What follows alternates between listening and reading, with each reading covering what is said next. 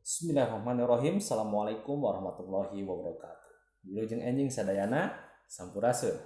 Penakdi sareng Bapa yang nurisup dina pelajaran bahasa Sunda khususna kanggo kelas 10. Kanggo pertemuan anu kadua ieu materi nu masih dibahas nyaeta ngeunaan terjemahan. Mung urang coba ngalajengkeun deui pembahasan ngeunaan materi terjemahan. Sateuacan urang ngawitan mangga anu kanggo pengabsenan tiasa ditulis di kolom komentar sapertos biasa. Tuliskeun nami lengkap sareng kelasna masing-masing.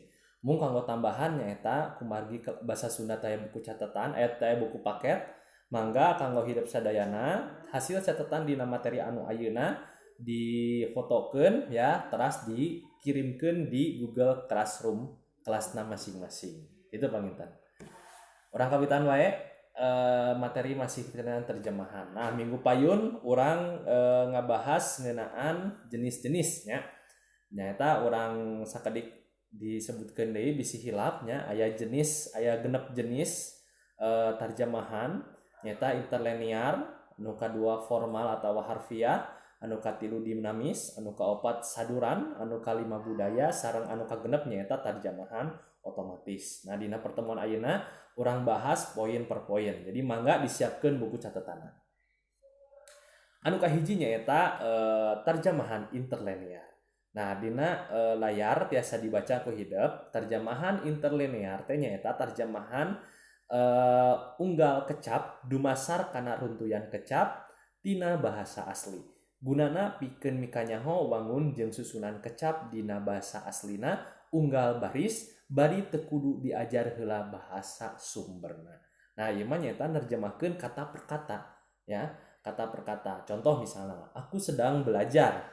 Aku nyaeta kuring sedang menuju belajar diajar. Nah, contoh terjemahan interlinear. Nah, dina terjemahan interlinear urang teu kudu merhatikeun makna anu aslina. Cekap nerjemahkeun kata per kata hungkul. Nah, contoh lain nyaeta dina nerjemahkeun Al-Qur'an. Nah, kadang kan dina Al-Qur'an selain kadang arti sareng makna itu berbeda.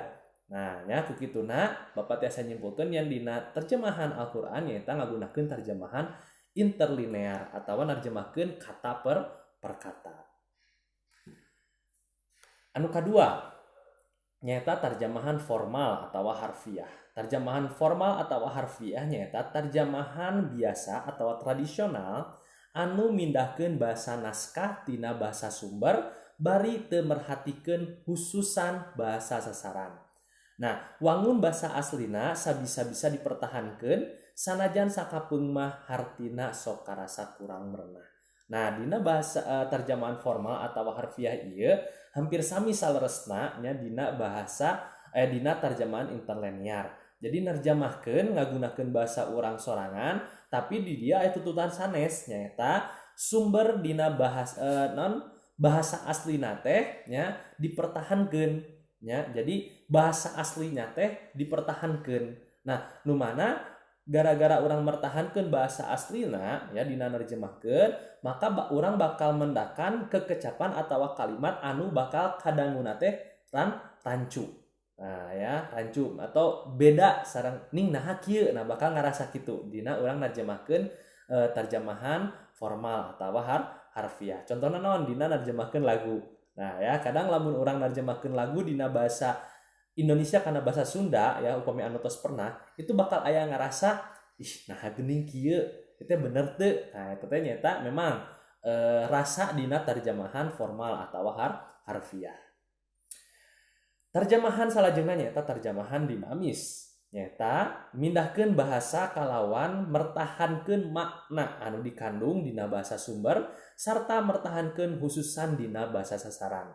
Dina cara nerjemahkeun kudu dariya pisan neangan sasaruaan kecap anu wajar jeung pangdeuketan dina bahasa sasaran. Nah, jadi dina terjemahan dinamis ieu mah benten sareng dua terjemahan anu tadi mimiti dibahas. Nyata dina terjemahan dinamis urang dituntut kanggo mertahankeun makna jeung kekecapan anu digunakeunna oge sebisa mungkin ulah tebih dina bahasa sumber ya supaya dina bahasa sasaran oge makna anu terkandung teh henteu robah nya walaupun tiasa robah sakedik tapi dina maknana diusahakeun teu kenging berubah.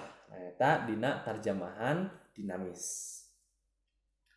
Tarjamahan saduran. Nah, ya tarjamahan bebas ya anu mentingkeun amanat tapi ngengkarakeun kekecapan sorangan. Nah, jadi ieu mah bebas terjemahkeun teh, tapi bebas oge urang kudu mempertahankeun makna ya. Nah, bebas berarti ngagunakeun bahasa urang sorangan tapi tetap maknana henteu berubah. Nah, naon wae nu kaasup kana contoh terjemahan saduran ieu? Contoh misalnya dina narjamahkeun sastra ya, dina narjamahkeun terjemahan aktual jeung paraprase ya. Contohna sastra naon? Misalnya dina puisi. Nah, ya dina puisi itu sebisa mungkin dina nerjemahkeunna ulah ngagunakeun terjemahan interlinear, kecap per kecap ulah ya. Margi lamun misalna urang nerjemahkeun karya sastra puisi ngagunakeun terjemahan interlinear, itu maknana bakal berubah ya, bakal berbeda. Margi itu nerjemahkeun atuh kata per kata. Tapi dina puisi mah teu tiasa kitu ya. Kedah ngagunakeun terjemahan saduran anu mana dina nerjemahkeun teh nyaeta mempertahankeun amanat atawa makna anu dikandung dina eta karya. Nah, eta ya.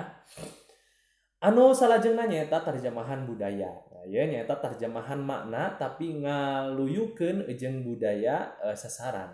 Teksna diungkarakeun deui make kekecapan sorangan anu luyu jeung konteks kabudayaan nu narjamahkeun jeung nu maca dina basa sasaran jeung tarjamahan. Nah, dina ieu mah nyaeta narjamahkeun contoh misalnya naskah-naskah kuno. Nah, wayahna dina narjamahkeun ieu urang kudu nempati diri sebagai orang atawa sebagai sesuatu budaya lah gitu ya, budaya yang akan diterjemahkeun ya, naskah yang akan diterjemahkan. Misalnya orang bade nerjemahkeun naskah kuno Jawa gitu ya, naskah kuno Jawa itu kan kadang ngagunakeun aksara caraka gitu ya. Nah, urang kudu nempati diri sebagai ya orang Jawa dina nerjemahkeunna. Nah, margi dina terjemahan budaya ieu urang selain mempertahankeun makna, urang oge kudu apal budaya anu bahasana nuju diterjemahkeun.